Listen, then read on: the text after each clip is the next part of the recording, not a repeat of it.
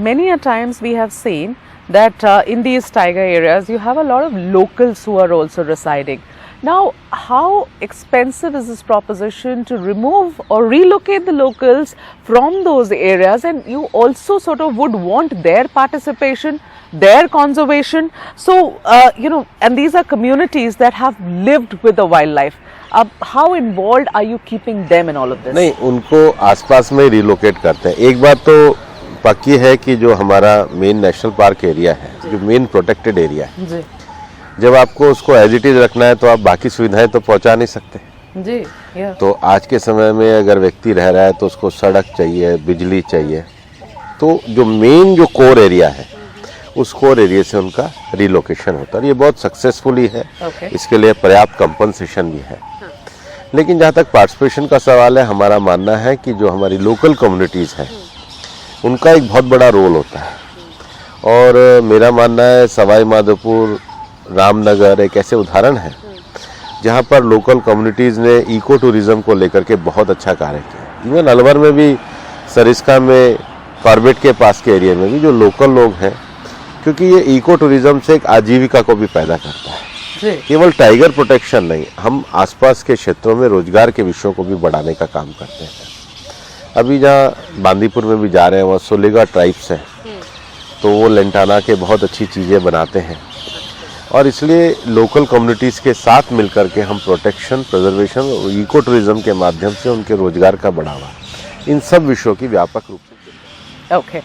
And sir, Project Tiger of course has been a roaring success in our country. आप हाल फिलहाल में चीता भी लेकर आए and they are also doing well.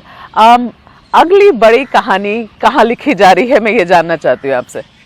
देखो, माननीय प्रधानमंत्री जी का जो विजन रहता है जी, वो पूरे तरीके से नेचर प्रोटेक्शन को आगे बढ़ाने का विजन है।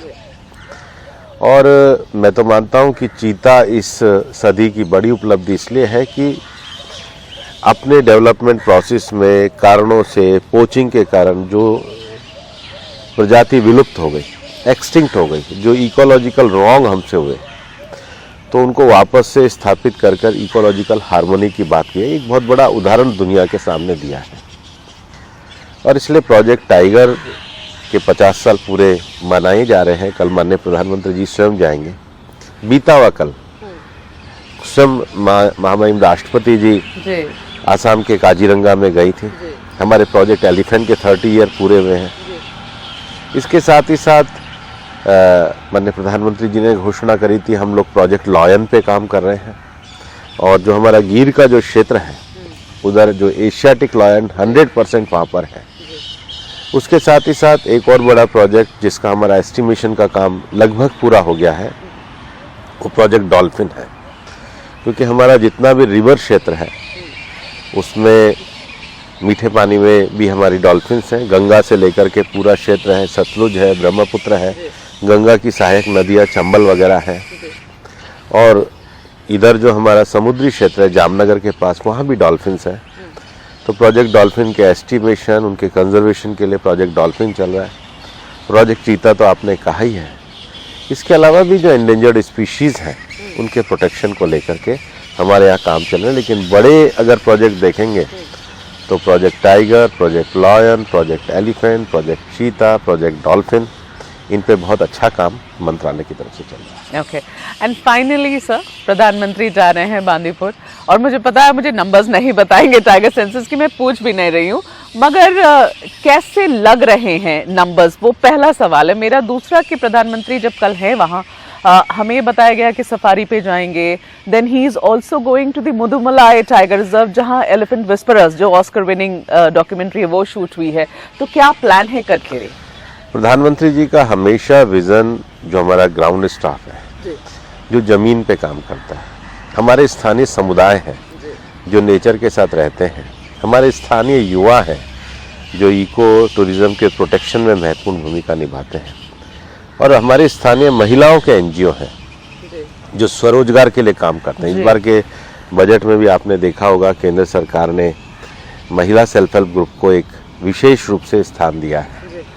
तो इन सब विषयों पे उनका एक विज़न रहता है, और मेरा ये मानना है कि हम सब लोगों के लिए खुशी की बात है कि माननीय प्रधानमंत्री जी की अगर आप हर मन की बात को सुनेंगे, 100वां एपिसोड होने वाला, तो कोई मन की बात ऐसी नहीं जाती जिसमें नेचर, जी। स्थानीय रोजगार, स्वच्छता, सर्कुलर इकोनॉमी में, और उसमें लोकल लोगों ने किस प्रकार से इनोवेटिव तरीके से काम किया।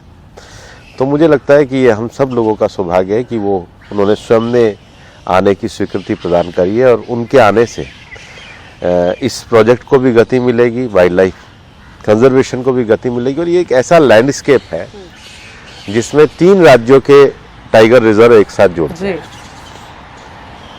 बांदीपुर, मधुमलाई और वायनाड, और ये सबसे बड़े लैंडस्केप्स में से एक है। तो जब हम टाइगर कंजर्वेशन की बात करते हैं तो सारे 53 टाइगर रिजर्व्स के जितने भी हमारे अधिकारी, मैं लगातार जा रहा हूँ, मैं काजीरंगा से भी कल लौटा हूँ, तो सब में बड़ा उत्साह है, और एक नेचर और डेवलपमेंट दोनों साथ हो सकती हैं, ये सबसे बड़ा मैसेज है।